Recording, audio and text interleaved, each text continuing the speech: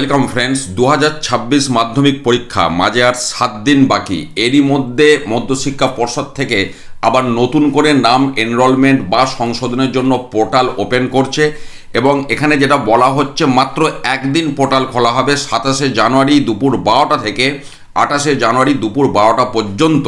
কি অভিযোগ না, বেশ কিছু স্কুলের তরফে ভুল নাম জমা দেওয়া হয়েছে, তাদের গাফিলতির কারণে এই সমস্যার সূত্রপাত। এছাড়া যে সমস্ত স্কুল পড়ুয়াদের ভুল তথ্য জমা দিয়েছে তাও সংশোধন করা যাবে।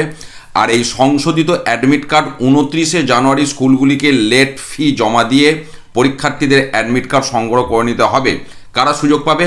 টেস্ট পরীক্ষায় উত্তীর্ণ হয়েছে নবম ও দশম শ্রেণী মিলিয়ে ন্যূনতম 70% উপস্থিত, স্কুলের গাফিলতির কারণে বঞ্চিত ছাত্রছাত্রীর নাম ঠিক করে নিতে পারবে। তবে এনরোলমেন্ট হবে নিজ নিজ স্কুলের মাধ্যমে। এর জন্য ফি ও লেট ফাইন দিতেই হবে পর্ষদ জানিয়েছে। দোষী স্কুলগুলির বিরুদ্ধে উপযুক্ত শাস্তিমূলক ব্যবস্থা নেওয়া হবে। নিয়ম অনুযায়ী রাজ্যের সমস্ত স্কুলে নবম শ্রেণীতে মাধ্যমিকের রেজিস্ট্রেশন করাতে হয়। অকৃতকার্য পড়ুয়াদের জন্য আলাদা করে রেজিস্ট্রেশনের সময় দিন ধার্য হয়েছিল। 2025 ডিসেম্বরে স্কুলগুলিকে আর্থিক জরিমানা দিতে নির্দেশ দিয়েছিল পর্ষদ। প্রতি পড়ুয়াদের জন্য 5,000 টাকা দিতে হয়েছিল। তো এই সমস্ত বিষয় রয়েছে, অর্থাৎ যাদের নামের গণ্ডগোল, মাধ্যমিক আর বেশি দিন বাকি নেই। এই পরিস্থিতিতে আবার নতুন করে নাম নথিভুক্তকরণের জন্য পোর্টাল চালু করছে পর্ষদ।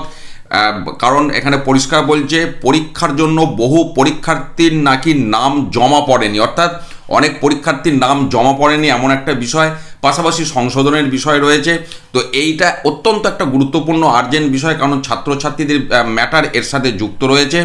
সংশ্লিষ্ট যারা রয়েছে একটা দিন হাতে সময় 27শে জানুয়ারি থেকে 28শে জানুয়ারি দুপুর 12টা থেকে দুপুর 12টা, এবং সংশোধিত অ্যাডমিট কার্ড 29শে জানুয়ারি পাওয়া যাবে।